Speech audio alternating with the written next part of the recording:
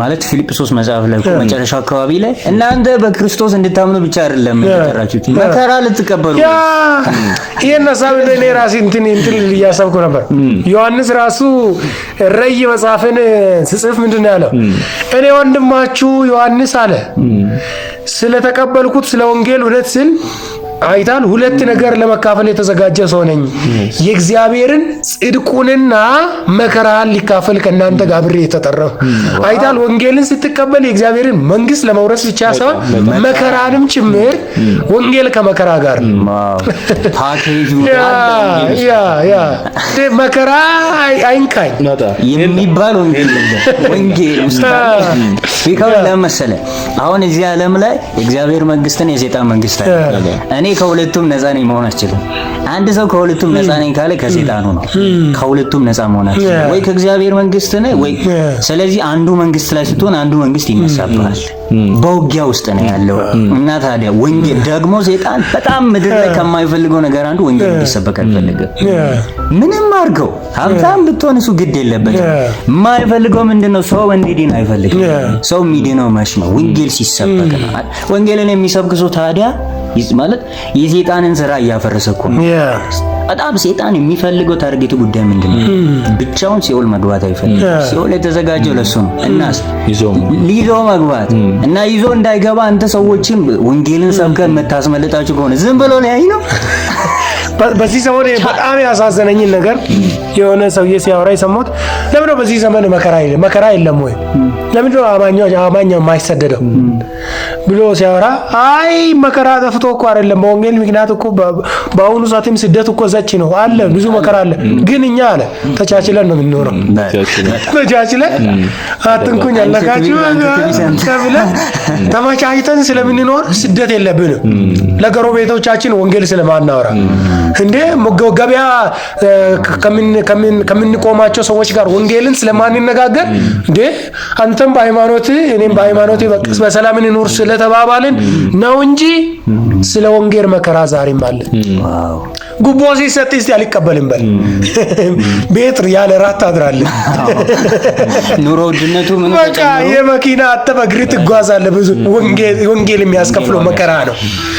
በጽድቅ ኑር እስቲ አልፈልግም በል እስቲ ጉቦ ሰጥቼ አልቀጠርም በል እስቲ አልቀበልም በል እስቲ ጉቦ እንደ መከራ እዛች እኮ ነው መከራ አለ። ስለዚህ ግን በዚህ ዘመን ለምንድን ነው እኛ በጣም የተንደላቀቅ ነው ካልክ መከራ ለመቀበል ዝግጁ አይደለም። በጣም የሚያሳዝን ድንበር ሰርተን አትለፍ አንለፍ ምናምን አድርገናል። እኔ ጳውሎስ ማለት ነው ነብይ መታጠቂያ ወስዶ እኮ ነው ጳውሎስ ባይዜ ይሄ የጳውሎስን ጨርቅ ሰው ይዞ ይሮጣል ነበር። ያ መታጠቂያ ነው ጳውሎስ የሚታጠቀው ነበር። እዚህ መታጠቂያ ያንን ሲቀመጥ ያወልቅና ያስቀምጣል። ያንን ይዞ ሮጦ ሄዶ ሰዎች ላይ ሲያስቀምጡ ነው ሽባውን የሚተረትረው ሰው የሚፈውስ። ጨርቄን ይዛችሁ ሩጡ የሚል ትምህርት እኮ አስተምሮ አይደለም። ያንን መታጠቂያ እኮ ነው አውልቆ ካስቀመጠበት ያ ነብይ አጋቦስ ነው ያን መታጠቂያ አነሳና የዚህ መታጠቂያ ባለቤት መታጠቂያ ያለው ባለቤት ጳውሎስም ጉባኤ ላይ እጁንና እግሩን እንደዚህ አሰረና አሁን በሚሄድበት ቦታ ላይ እንዲህ ሲታሰር ያለው ከዛ ጳውሎስ ነው እንዳይሄድ ግዳሉት አለቀሱ። አትሄድም ሲሉ ጳውሎስ ያለ እኔ ያለ ስለተቀበልኩት ስለ ኢየሱስ ክርስቶስ ስም ስል በኢየሩሳሌም ላይ ለመታሰር ብቻ ሳይሆን ለመሞት ተሰናድጃለሁ። ተስተካክያለሁ ለመሞት ደግሞ እኮ ማለት ለመኑት እኮ ታውቃለህ። ማለት ከሚባለው በላይ የቸርች ሰዎች አገልጋዮች ለመኑት እና እኔ በጣም ማመጽን ያየሁት ጳውሎስ ላይ መሪዎችን አይሰማቸው እንደው የቸርች አገልጋዮችን አይሰማቸውም እንዴ? ምን የሚሉት ነገር ነው? አሁን ያንን ክፍል ዛሬ የምር እንባይ ነው ያለው። ምንድነው የሚለው ጳውሎስ እስከ ወንዝ ዳር ሸኙት ያለቀሱ። ጢሞቴዎስም ነበር ባይዘ ገዛባ ያለቀሱ እየሸኙት እዛ ሲያለቅሱ ያለቀሳችሁ ልቤን አታድክሙ ልቤን ያለቀሳችሁ። ከዛ ይበልጣ ያለቀሱት ደግሞ ይላል መጽሐፍ ሲናገር ከእንግዲህ ፊቴን አታዩም ስላለ ይበልጣ አለቀሱ። እዛ በኋላ ነው ወደ ታስሮ ወደ ሮም እስር ቤት የተወሰደው ማለት ወንጌል ከመከራ ጋር ነው። አንተ ሞታል እየተባለ እኔ እኮ ነው ዝም ብለህ ጳውሎስ ዘንድሮ መጥቶ ቁጭ ብሎ በእናትህ ራሱ ታውቃለህ ሞት አለ ሞት እኮ ነው ትሞታለህ እየተባለ ሰው እንዴት ድግስ እኮ አለ ተብሎ እኮ አለ የሚሆን ትሸለማለህ የሆነ እንትን አለ እኮ እዛ ጋር ኖ ትታሰራለሽ። ምን አይነት መነካት ነው ማለት ይሄ ሰው አሳዳጅ የነበረ ሰውዬ ከደማስቆ ወዲህ ጳውሎስን ብታይ ሃሌሉያ ብቁም አይደለም ምንም ድንዝዝ በኢየሱስ ክርስቶስ በቃ ድንዝዝ ለምድር ዝና ለምድር ክብር ድንዝዝ ብቁም አይደለም ምንም ጳውሎስን ብታደንቅ እሱ ትኩረቱ ኢየሱስን መስበክ ነው። ከዛ ሰው አንተ በበሽታ እኮ ይሞታል ሰው ትን ብሎት በመኪና አደጋ ሰው በወንጌል መሞት አግኝታ ነው በኢየሱስ ቢሰጠኝና ቢቻለኝ በሞቱ ራሱ በሞቴ ሊመስለው ፈልጋለሁ አለ እኮ ጳውሎስ ራሱ ሲያወራ። ምን አይነት መታደል ማለት ምን አይነት መነካት ማለት ኢየሱስ እየተነካው ማለት ኢየሱስን ያየ ሰው እዛ ነው ብሞትና ብሄድ ይሻላል እኮ ለመሄድ ይቻኮላል ጳውሎስ እና ክርስቶስን ለመመስከር አይፈራም። በጣም ደፋር ነው። እኔ ለነብዩ ራሱ መልስ ስታነበው ራሱ መልስ ሲሰጥ ሃይ እኔ የሚመስለኝ ደግሞ ለሞት እንደዛ አይነት ያለው እንትን ነብዩስ ባልጠፋ ትንቢት ይሄን ነገር እንደ ዘንድሮ ቢባል አስባት እንጂ ተታሰር ሰው ያገኝ በልማይቶ አይድም ጧት እንጂ በልም ካያ አይደለም ድንቅ ነው። በዚህ ሁሉ በቃ ማለት ምን ያህል ለወንጌል ዋጋ ለመክፈል ዝግጁ እንደሆነና የእውነትም ሐዋርያነት የሚያስከፍለው ዋጋ አለ። ወንጌል ለካ የሚያስከፍለው ዋጋ አለ። ይሄንን ተመልከቱ እያለ ነው ጳውሎስ እዚህ ክፍል ላይ የተናገረ ያለው። በፍጹም ራሱን አያካብድም ጳውሎስ እንዴ ከነዚህ ሰዎች በብዙ እጥፍ ይሻላል ጳውሎስ። በምንም መንገድ በየትኛው መንገድ ብትሄድ በጣም የተሻለ ሰው ነውና ራሱን እንደምንም ነው የሚቆጥረው ይሰው። ለምን እዚህ አይደለም እዚህ ሰዎች ባያደንቁ ጊዜያዊ ነው። ዘላለማዊ እኮ አለ ታውቃለህ። ሰው አይደለም በሰው ጎሽ ለመባር አይደለም የጳውሎስ ታርጌቱ። እዚህኛው ክፍል ላይ ስታነብ እንደው ከላይ አልፈን የመጣ ነው ቦት ላይ የሰው በሰዎች ፍርድ ያልቆመ ሰው ነው ጳውሎስ አለረ። ሰዎች ስለተቹት አገልግሎት ያላቆመ ሰው ነው። እንደዚህ ነው ሐዋርያ አይደለም እንዲህ ነው ሰው ባይዘው ስታገለግል ማንም ብዙ አጨብጫቢ አታገኝም። ብዙ ሚነቅፍ የሚሰብር ሰዎች ሊኖሩ ይችላል። መስማት ያለብህ ማንን ነው ጳውሎስ ሰው ፊትን ነው የሚያየው፣ እግዚአብሔር ልብህን ያያል። እንደውም እዚህኛው ክፍል ላይ እናንተ ልትፈርዱ ትችላላችሁ፣ ግን ፍርዱ ትክክል የጌታ ነው። ስለዚህ የጌታን አጠብቁ እንጂ የሰዎችን ሰው ዝም ብሎ ሁኔታን አይቶ ነው አንተ ለፍርድ የሚሰጥ። ጌታን ተመልከቱ፣ በማንም ላይ ለመፍረድ አትቸኩሉ ያለ ነው የሚናገረውና በሰው ፍርድ መቆም የለበትም ማለት ነው። በሰው ትችት መቆም የለበትም። ማንን ነው ሰምተህ የጀመርከው አለ። እግዚአብሔርን ሰምተህ ከጀመርክ በሰው አትቆም። ማንም የፈለገ ቢልና ይቀጥላል። ይሰው ከዛ አንገል በቃ ይቀጥላል። እዚህኛው ክፍል ላይ ቅድም አነሳለሁ ወደ አልከው ነጥብ ቢንመጣ መልካም ነው መሰለኝ። አንተ አነሳለሁ እያልክ ነበር መጨረሻው አካባቢ እና አንዳንድ ነገሮችን እስቲ ያወራ ማለት ይቀጥላል። እዚህኛው ክፍል በተለይ ቁጥር 14 ላይ ይህን የምጽፍላችሁ እንደተወደዱ ልጆች አድርጌ ለመከራችሁ እንጂ ላሳፍራችሁ ብዬ አይደለም። የድሮ ትርጉም አንብበልኝ። ይሄኛው ቁጥር 15 አንብበልኝ እስቲ። ቁጥር 15 ሞግዚቶች ቢኖሯችሁ ብዙ አባቶች የሏችሁ፣ እኔ በክርስቶስ ኢየሱስ በወንጌል ወልጃችኋለሁና እንግዲህ እኔን የምትመስሉ ሁኑ ብዬ እለምናችኋለሁ። ስለዚህ የምወደውንና የታመነውን በጌታ ልጅም የሆነውን ጢሞቴዎስን ልክላችኋለሁ። ማለት እዚህኛው ክፍል ላይ ብዙ ሞግዚቶች አላችሁ፣ ነገር ግን አባት በጣም እዚህኛው ፖይንት ላይ ጥቂት ነገር ላወራ ፈልጋለሁ። ባይዘዌ በጥንቱ የግሪኩ ባህል ላይ ብትመለከት ሞግዚቶች ለምሳሌ እንደ ዘንድሮ ብትወስድ ሞግዚት ተቀጣሪ ናቸው። ተቀጥሮ ነው። ስለዚህ ልጁን እስከ ትምህርት ቤት ሊያደርሱ ይችላሉ። ሕግ ሊያስተምሩ ይችላሉ። ሲያጠፋ ሊቀጡ ሊመክሩት ይችላሉ። ግን ይሄን የሚያደርጉት በፍቅር ላይሆን ይችላል፣ ግዴታቸው ስለሆነ ስለሚከፈላቸው ሊሆን ይችላል። አባት ግን እንደዛ አይደለም። ታውቃለህ፣ እንደውም በጥቂቱ ላነጻጽር እዚህኛው ላይ ጽፌያለሁ መሰለኝ። አባት ለምሳሌ አስተማሪ ማን ነው? ሞግዚት ምን እንደምታውቅ ያስባል። አባት ግን ማን እንደሆንክ ነው የሚያስበው። ሞግዚት ወንበር ላይ ያስቀምጣል፣ አባት ግን ጉልበቱ ላይ ነው የሚያስቀምጠው። በጣም የሚደንቀው ማለት ክፍያው እስኪያልቅ ድረስ ነው አብሮክ የሚቆየው ሞግዚት። አባት ግን እስክታድግ ድረስ ራስን እስክትችል ድረስ አብሮክ መከራን ይካፈላል፣ አብሮክ ችግርን ይካፈላል። ትቶካ አይሄድም፣ ኃላፊነቱን ይወዛል። እንደው ትምህርት ቤት ላይ ትዝ የሚል ከሆነ እኮ ስታጠፋ ሂድና አስተማሪን አምጣ አይደለም፣ ወላጅን አምጣ። ለአንተ ጥፋት ራሱ ወላጅ ነው ተጠያቂ። እነዚህ ሰዎችም እንደዚህ ነው። አስተማሪ አላጡ፣ ሞግዚት አላጡ፣ ህግ የሚያስተምር አላጡ፣ አቅጣጫ የሚያሳይ አላጡ። ያጡት ግን ምንድን ነው? ወላጅ አባት አጥተዋል። ስለዚህ ጳውሎስ እኔ ወልጃችኋለሁ ነው ይላቸው እኮ በክርስቶስ ወልጃችኋለሁ። ስለዚህ እናንተ ባይዘው ማለት ሞግዚቶች ስታጠፋ ሊያሳፍሩክ ይችላሉ፣ ሊያሸማቅቁክ ይችላሉ። አባት ግን ምንድነው የሚያደርገው? ይቀጣና ይመልሳል። አባት ማለት ቢጨክንም አይጨክንም፣ ልጁ ስለሆነ እራሱ ስለሆነ ይወደዋል፣ ይንከባከባልና እነዚህ ሰዎች ያጡት እንደዚህ ሲያጠፉ የሚገርፋቸው ነው ያጡት። በቃ ስለዚህ ታበዩ፣ ፈር ለቀቁ። ለምን? አስተማሪ ብቻ ነው ያለው። ዝም ብሎ ያስተምራል ስለሚከፈለው ወይ ስለሆነ ግዴታው ስለሆነ በዚህ በቃ የራስ ጉዳይ ከዛ በኋላ አይመለከተው። አባት ግን የራስ ጉዳይ ይከታተላል እስክታድግ ድረስ እስክጠነክር ድረስ አይፋታም አንተ። ስለዚህ ጳውሎስ እንደዚህ ነው፣ እኔም ለእናንተ አባት ነኝ። ስለዚህ ላሳፍራችሁ አይደለም ነው በዚህኛው ክፍል ላይ ልመክራችሁ ነው፣ እናንተን አቅጣጫ ላሳያችሁ። መጨረሻ ላይ አንድ ነገር ይላችኋል። በምን ልምጣባችሁ? ምርጫ እንዳላችሁ አባት ነው። በበትር ልምጣ ወይስ በጋርነት መንፈስ ልምጣባችሁ ይላል እና አባት ስለሆነ እንደዛ እያለ ይቀጥላል። ከዛ አንዳንድ ነገሮችን እናወራለን። ግን ጳውሎስ በጣም የደነቀኝ ነገር እዚህኛው ክፍል ለራሱ ጳውሎስ አይመጣም ብላችሁ እንትን አትበሉ አለረ። ጳውሎስ ሄዷል አይመጣም ከዚህ በኋላ ብሎ እነዚህ ሰዎች ለምን አባት ነው። ጳውሎስ ቢኖር እንደፈለጉ አይሆኑም። ታውቃለህ ልጆች አባት ሲኖርና አባት ሳይኖር ሲቀር ልዩነት አለው።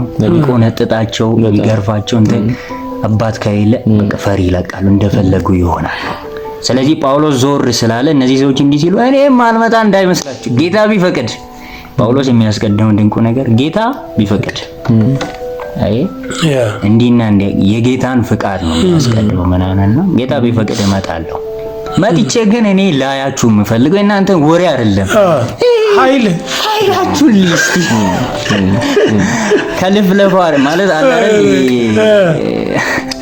ክርስትና ንግግር እኛው ለምትፈልጋይታ ማለት በጣም በዚህ ዘመን ላይ በጣም ክርስትናን ያደረግነው ንግግር አረገ። ክርስትናን ስብከት አለ፣ መዝሙር አለ፣ መሬት ላይ ያልወረደ ክርስትና ዝም ብሎ ንግግር ብቻ አየር ላይ ሆነ ክርስትና እንሰብከዋለን። ግን ያንን ያልተኖረ ስብከት ያልተኖረ ዝማሬ ምናምን እስቲ ሊያችሁ ነው። ጳውሎስ አልፈለገም፣ ንግግር አልፈለገም፣ ስብከት አልፈለገም። እስቲ ኑሯችሁ ኃይላችሁ ነው ማይተፈሩ ይሄ የምታወሩት ጉዳይ ምን ኃይል ህይወታችሁ ኢንፍሉዌንስ አርባታ ነው ፈጥሯል ያለ እናገረውና ስለናኗር ከባድ ነው በጣም ታስተውላላችሁ። ከጌታችን ኢየሱስ ክርስቶስ ወደ ሰማይ ካረገ በኋላ እኮ ሐዋርያቱ የዞሩ የእግዚአብሔርን መንፈስ ከተቀበሉ በኋላ ልክ እንደ ክርስቶስ ናቸው።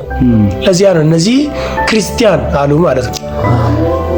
ክርስቶስን የሚመስሉ እንደማለት እኮ ነው ኑሯቸው። ዝም ብለው ሲያዩ ልክ ክርስቶስ በምድር ላይ በነበረበት ዘመን የሚሆን አይነት ነው።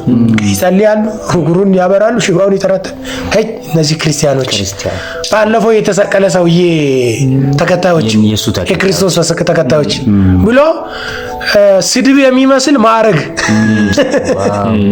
ስድብ እኮ ለነሱ ስድብ ነው፣ ግን ለምናምን ለኛ እግዚአብሔር ኃይል ነው እንዳለ ጳውሎስ ለኛ ግን ያ ክብራችን ነው ማለት ነው። ክርስቲያን መባል ክርስቶስን የምንመስል ሰዎች ጳውሎስ እሱ ነው የሚያወራው አይደል? እንደውም አለ ከዚህ ቀጥዬ በጌታ የተወደደውን ልጄን ጢሞቴዎስን እልክላችኋለሁ። ከዛ እርሱ ይመጣና ያስተምራችኋል፣ ምን እንዴት መኖር እንዳለባችሁ ያስተምራችኋል። እሱን ቁጥሩ ብናነብ መልካም ነው መሰለኝ። ነው የሚለው እንግዲህ በጌታ የተወደደውንና የታመነውን ልጄን ጢሞቴዎስን የላኪውላችሁ በዚህ ምክንያት ነው።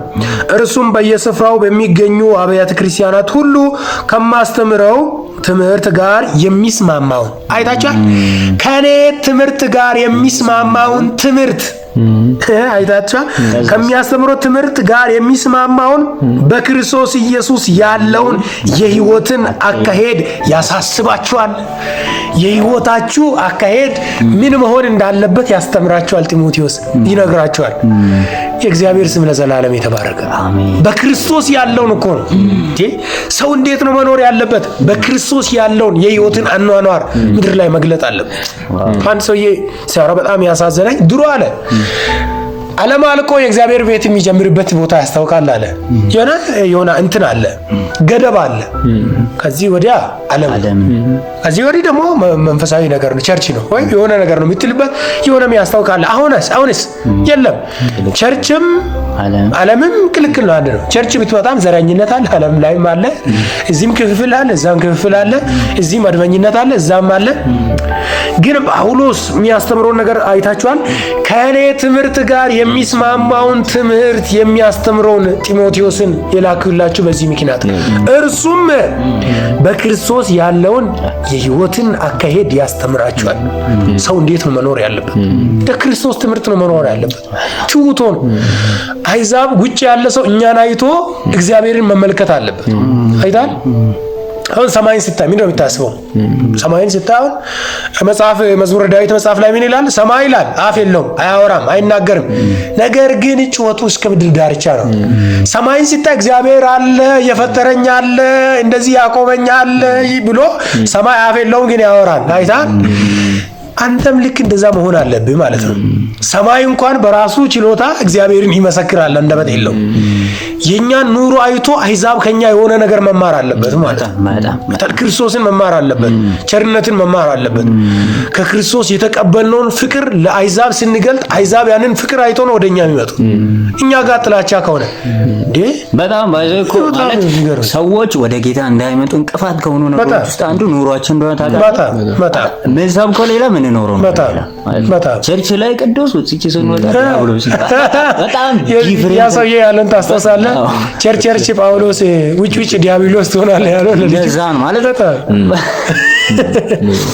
እኔ ቀደም ራሱ ጠዋት አካባቢ ያነበብኩኝ ያሰብኩበት ነበር በዚህ ፖይንት ነው ማለት ምን አይሎሽ ነን እየኖርን ያለነው ክርስቲያን የምር ማለት እንጸልይበታለን በዚህ ፖይንት ላይ ትዝ ይላል ነፍሴ ሆይ የሚለው መዝሙር ዘመራት አንተ ታውቀዋለህ መሰለኝ ዘመራት አንተ ታውቀዋለህ መሰለኝ ነፍሴ ኢየሱስ ስንቀበል ከዚያም ደግሞ ለማገልገል ሀብት ዝና ሳይጀምር ከእግዚአብሔር ጋር የተባባለው ምን ነበር?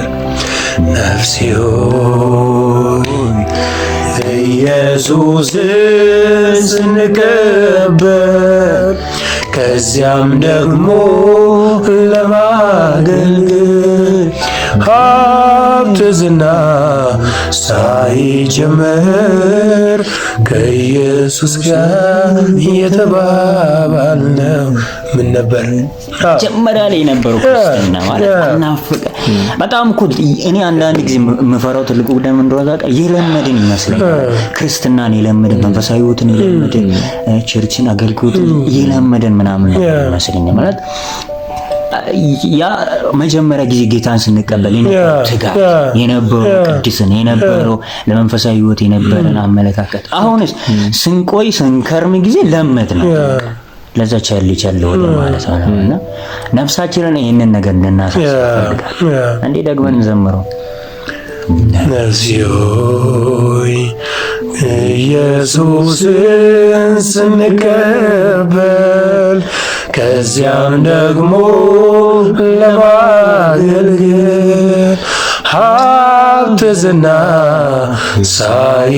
ሳይጀምር ጫካ ያለን የተባባልነው ምን ነበር? ነፍሴ ሆይ ኢየሱስን ስንቀበል ከዚያም ደግሞ ለማገልገል ክብር ዝና ሳይጀምር በረሃ ያለ የተባባልነው ምን ነበር? ክርስትና ሚኖር ነው። ለካ ክርስትና አባቶቻችን ክርስትናን አውርቶ አይደለም ኖሮ ነው ያለፉት። ታውቃለህ? ኖሮት ሌሎች ያቀኒ ማለት እግዚአብሔር እንዲመልሰን ከምፈልጋቸው አንዱ ነገሮች ውስጥ አንዱ ይሄ ነው። ቤተክርስቲያን ለቤተክርስቲያን መፈራቷን እንዲመልስ ሐዋርያቶች ትዝ ይላችኋል። እነሱ ያሉበት ቦታ እኮ ይፈሩ ነበር። አትሊስት ማለት በጣም ይፈሩ ነበር። ሪስፔክት አላቸው። ቤተክርስቲያን ማንም አይደፍራቸውም። እነሱ ታውቃለህ፣ እነሱ ጋር ማጭበርበሩን ሁላ አትችልም።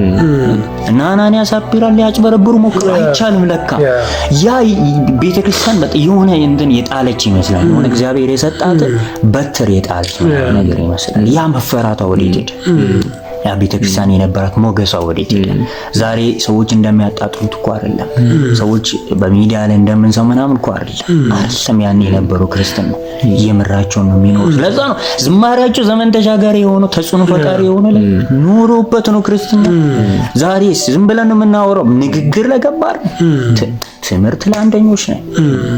ግን ኑሮስ መኖር አለና ክርስትና ለካም ባይዜ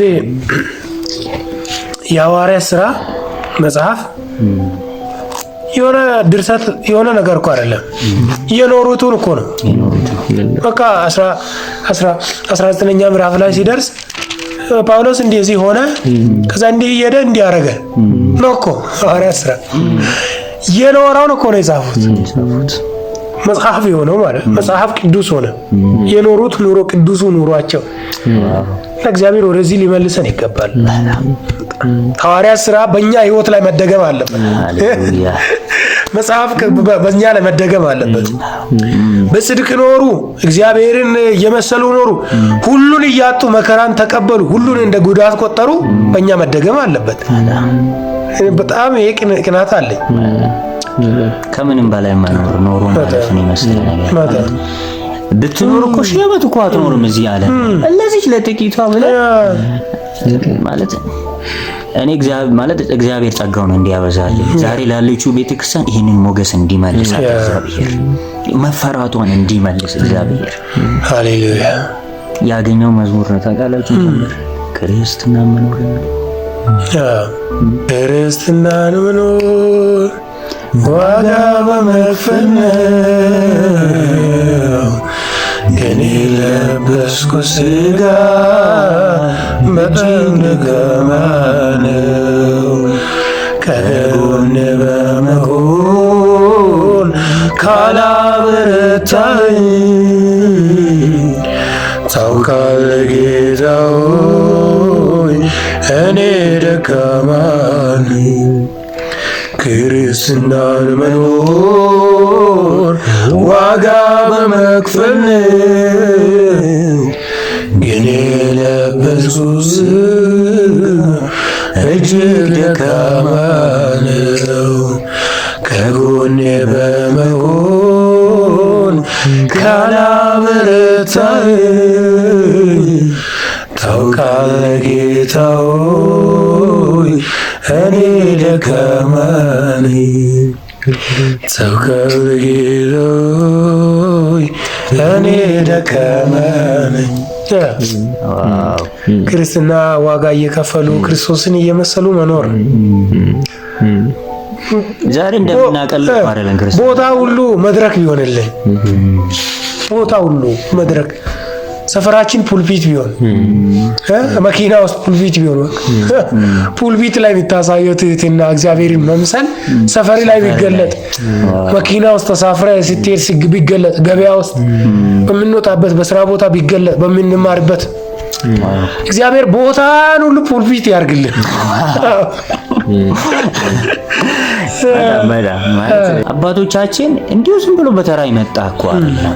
ታውቃለህ፣ እናውቃለን እኮ ወንጌል ምን ያህል ዋጋ እንደተከፈለ እኮ እናውቃለን። በደም ሰምተናል።